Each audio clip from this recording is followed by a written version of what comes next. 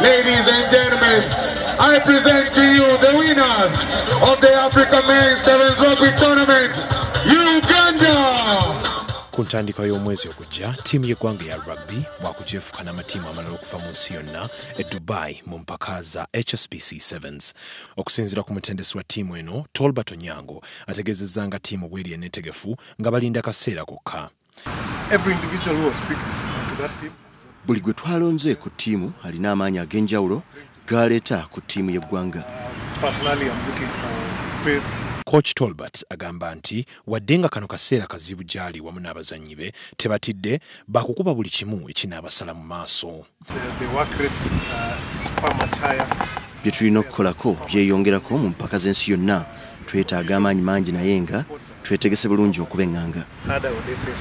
Wadde nga omutendesi ono ayogedde bw'atyo naye abamu ku bazannyi abasuubira okutawaanya ennyo Cranes Rugby mulimu omuzannyi wa Kenya Collins Injera ne Sia Bello Sinatla owa South Africa olw'obwangu bwe balina nga bali mu kisaawe. Injera on the right wing gets the fen going. He's a speedster and he's very solid indeed. Just the kick ahead for Sinatla to chase.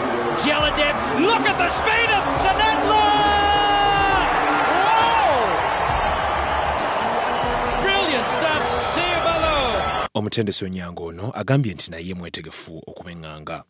We've brought on board a sprint coach. Tuleese omutendesi omukugu mu misinde mu kweteekerateekera okuzannya n'abasajja bombi. There's been a lot of improvement in terms of running technique. Ttiimu ya Uganda Rugby Sevens yawangula obwannantameggwa bwa Africa mu mwezi gwa September nga yawangula Zambia obugoba 38-19 e Nairobi mu kisaawe kya Safaricom Stadium. Daniel Lutaya, WBS.